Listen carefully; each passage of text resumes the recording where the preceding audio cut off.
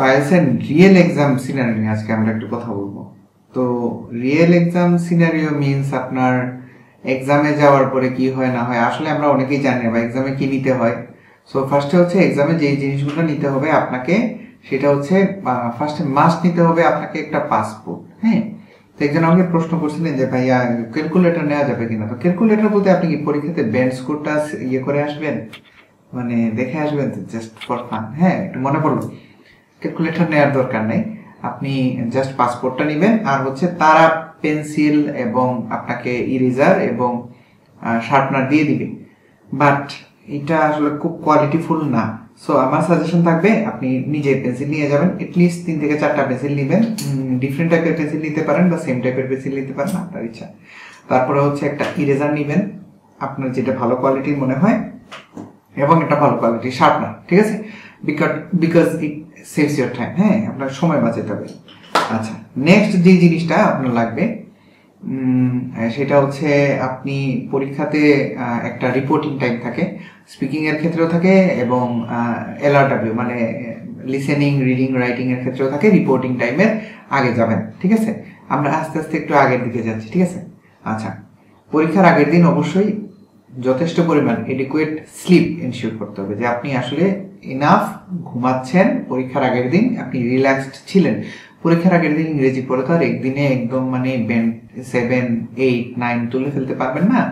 So নিজেকে একটু একটু মানে ধরে রাখতে হবে আর কি। পড়তে ইচ্ছা করবে বাট রেস্ট করবেন, কারণ হচ্ছে আসলে ডাজন্ট রিয়েলি ম্যাটার। আর লিসেনিংটা একটু বাসায় প্র্যাকটিস করে যাইতে পারেন। পরীক্ষার আগের দিন লিসেনিংটা শুনতে পারেন, একটা টেস্ট দিতে পারেন। লিসেনিংটা আপনি পারবেন না, আপনার কনফিডেন্সও বাড়বে। পরীক্ষার আগের দিন আপনার যদি কোনো হ্যান্ড নোটস থাকে ওইগুলা গো থ্রু করতে পারেন। যেমন আমার হ্যান্ড নোটস ছিল, আমি পরীক্ষার ঠিক 10 মিনিট আগে যেই মানে পেজটা পড়ে গেছি ওই রিলেটেড কোয়েশ্চেনই চলে আসছে। হ্যাঁ, সো এটা একটা ভালো একটা ইয়ে ছিল রাইটিং এর ক্ষেত্রে। সো রিপোর্টিং এর আপনি 10-15 মিনিট আগে চলে যাবেন। যাওয়ার পরে তারা আপনাকে একটা রুমে নিবে, নেওয়ার পরে আপনার পাসপোর্ট নিবে, এরপরে হচ্ছে আপনার স্পিকিং বা এলআরডব্লিউ যদি আগে হয় সেক্ষেত্রে আপনার তারা একটা ছবি তুলবে, বা স্পিকিং আগে হলে স্পিকিং এর সময় আপনার একটা ছবি তুলবে। ছবি তোলার পরে আপনাকে সবকিছু তারা দিয়ে দিবে, মানে আপনার পাসপোর্ট দিয়ে দিবে এবং আপনাকে অপেক্ষা করার জন্য বলবে। পরীক্ষার অ্যাপ্রক্সিমেটলি 1 ঘন্টা আগে আপনাকে পরীক্ষা হলে ঢুকতে হবে। পরীক্ষা হলে আপনি পাসপোর্ট এবং এই পেন্সিল, ইরেজার, শার্পনার ছাড়া তেমন কিছু নিতে পারবেন না। সো আগে থেকে অনেক প্ল্যান করে যে হ্যাঁ আমি একটা চকলেট খাবো, আমি এই খাবো, সেই খাবো, এগুলো করা যাবে না। নেক্সট হচ্ছে পরীক্ষা শুরু। লিসেনিং টেস্টের মাঝখানে আপনার উঠার কোনো পারমিশন নাই। সো লিসেনিং টেস্টটা আপনাকে আসলে বসেই দিতে হবে। হ্যাঁ, একদমই শুনে দিতে হবে। প্রথমে আপনাকে মাইক চেক করার জন্য তারা কিছু সময় দিবে, ওই সময় আপনি অবশ্যই চেক করবেন আপনার মাইকটা ঠিক আছে কিনা। যেমন আমি 2 বার আমার মাইকে প্রবলেম পাওয়ার পরে তাদের যারা ইনভিজিলেটর ছিলেন তাদেরকে বারবার আমি বলছি যে আমার ভাই এই মাইকের সমস্যা হচ্ছে, ঠিক আছে? সো আপনারা চেষ্টা করবেন মাইকটা যাতে ঠিকঠাক হয়, মানে সরি স্পিকারটা যাতে আপনি সুন্দর করে শুনতে পারেন, এই জিনিসটা আপনি এনশিওর হবেন, নাম্বার 1। নাম্বার 2, যদি আপনার সিটটাও আনকমফোর্টেবল হয় আস্ক দেম, এবং তারা আশা করি যদি স্পেয়ার সিট থাকে তারা আপনাকে সিটটাও চেঞ্জ করে দিবে। আপনার যদি গরম লাগে, ঠান্ডা লাগে, এনি ডিসকমফোর্ট তাদেরকে বলতে পারবেন। খাবার দাবার বা কোনো কিছুর ব্রেক মাঝখানে থাকবে না। 2.5 ঘন্টা 2 ঘন্টা 40 মিনিটের মধ্যে এক্সাম হবে, যেখানে লিসেনিং হচ্ছে 40 মিনিট, বাকিটা 1 ঘন্টা। মাঝখানে আপনাকে মোটামুটি 2-3 মিনিটের বা 5 মিনিটের একটা গ্যাপ দিবে, জাস্ট কোয়েশ্চেন অ্যান্সার শিটটা নেই এবং কোয়েশ্চেন পেপারসটা দেওয়ার একটা। এর মাঝখানে আপনি কোনো ওয়াশরুম ব্রেক পাবেন না। ওয়াশরুমে যদি আপনার যাইতেই হয়, রিডিং এর 1 আওয়ারের প্রথম 50 মিনিট আপনি ওয়াশরুমে নিজের সময় থেকে যেতে পারবেন। আর রাইটিং এও নিজের যেই 50 মিনিটের একটা টাইম থাকবে, মানে রাইটিং এর প্রথম 50 মিনিট, ওই 50 মিনিটে নিজের সময় থেকে যেতে পারবেন। কখনোই মাঝখানে গ্যাপে আপনি যেতে পারবেন না, ঠিক আছে? এটা আপনাকে জানতে হবে। এখন আসেন শীতের দিনের one of the most challenging যে জিনিসটা হয় সেটা হচ্ছে ওয়াশরুমে যাওয়া। হ্যাঁ, শীতের দিনে আমরা জানি যে ইনপুট না হলেও অনেক অনেক বেশি পানি আউটপুট হয়। সো আপনাকে যেটা করতে হবে, একটু সকাল থেকে কম পানি খেতে হবে। হ্যাঁ, পানিটা একটু কম খাবেন। আমি বলবো আপনাকে পরীক্ষার আগের দিন লবণটা একটু কম খাবেন। কারণ হচ্ছে লবণ আমাদের ডাক্তারি সায়েন্সে লবণ পানি শরীরের মধ্যে জমা টাইপের জিনিসপত্র আছে, এগুলো আপনার বুঝতে হবে না, আপনি লবণটা একটু কম খাবেন। নেক্সট যে জিনিসটা আপনাকে করতে হবে সেটা হচ্ছে পরীক্ষার দিনের খাবার। হ্যাঁ, এটা খুব ইম্পর্টেন্ট, কারণ হচ্ছে পরীক্ষাটা মোটামুটি আপনি যদি রিপোর্টিং টাইম থেকে ধরেন তাহলে 4.5 ঘন্টা লম্বা, ঠিক আছে। সো 4.5 ঘন্টা আপনি পরীক্ষা দিবেন, আপনার তো স্বাভাবিকভাবেই একটু খাওয়ার একটু ইয়ে থাকবে। হ্যাঁ, সো আপনি যেটা করবেন সেটা হচ্ছে চেষ্টা করবেন মানে যাতে খিদাটা না লাগে, এর জন্য একটু স্টমাকটা ফুল করে যাওয়ার। একদমই ফুল করা যাবে না, যদি বেশি খেয়ে ফেলেন তাহলে সমস্যা। এখন হচ্ছে কি খাবেন, অনেকে বলে যে বেশি করে ডিম খাবেন বা প্রোটিন জাতীয় জিনিস খাবেন। অনেক আছে প্রোটিনের কারণে গ্যাস ফর্ম হয়, আমাদের আসলে স্টমাকটা প্রোটিনের জন্য অ্যাপ্রোপ্রিয়েট না।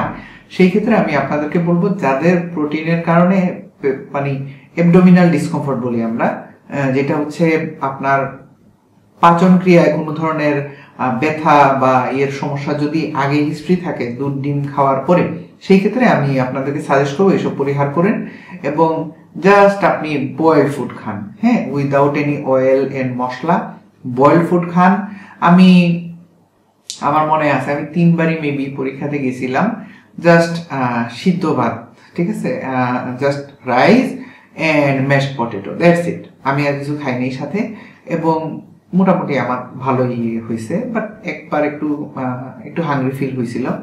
এটা হবে পরীক্ষাতে হবে যেহেতু 4.5 ঘন্টা।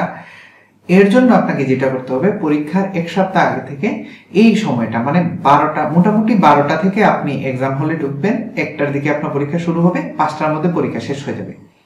এই যে সময়টা আপনি ঘুমানোর চেষ্টা করবেন না, আপনি কোনো কিছু না খাওয়ার চেষ্টা করবেন। বাসায় থাকার সময় আপনি লাঞ্চটা 5টা 5:30টায় করবেন। পরীক্ষার 1 সপ্তাহ আগে থেকে এই প্র্যাকটিসটা করবেন, আর নিজে বাসায় লাইভ একটা পরীক্ষা দেওয়ার ট্রাই করবেন। প্রথমে লিসনিং, তারপর রিডিং, তারপরে রাইটিং।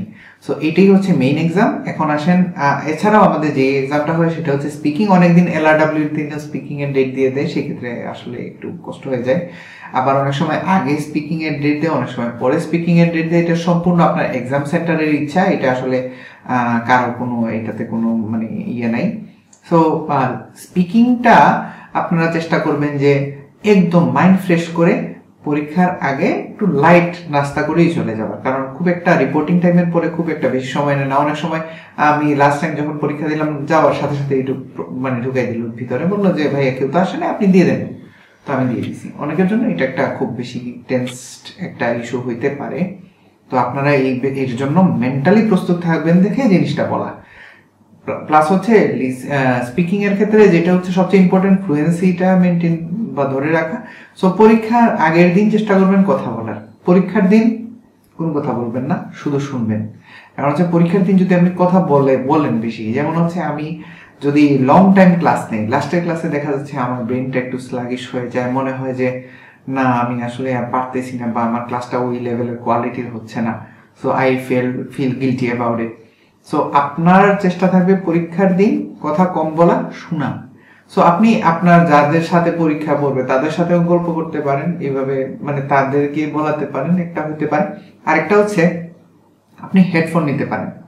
যদি আপনি সাথে আপনার হেডফোন থাকে তাহলে আপনি আপনার মোবাইল থেকে অনেক সময় আপনি অনেক পডকাস্ট ডাউনলোড করে বাসা থেকে নিয়ে গেলেন এবং এটা শুনলেন। I mean this is a great option, যাতে আপনার শোনার প্র্যাকটিসটাও হলো এবং সাথে সাথে আপনার পরীক্ষাটাও আই মিন একটু কনফিডেন্সটা গ্রো করলো এবং তাদের অ্যাকসেন্টটা আপনার কথার মধ্যে ফুটে উঠলো। যদি অ্যাকসেন্টের উপর কোনো মার্কিং নেই, তারপরেও বুঝেন না একটু মানে বিদেশি একটা ভাইব চলে আসে, ভালো লাগে। তো যাই হোক, এটা হচ্ছে আমার এক্সাম টিপস। আপনি এটা অবশ্যই এগুলো ফলো করবেন, আর this will help you immensely. সবাই ভালো থাকবেন আর আমাদেরকে সাপোর্ট দিবেন। Thank you everyone. Like comment share করবেন আপনাদের ফ্রেন্ডদের সাথে, এবং ভালো যদি লেগে থাকে অবশ্যই একটা ভালো কমেন্ট করবেন। Thank you everyone.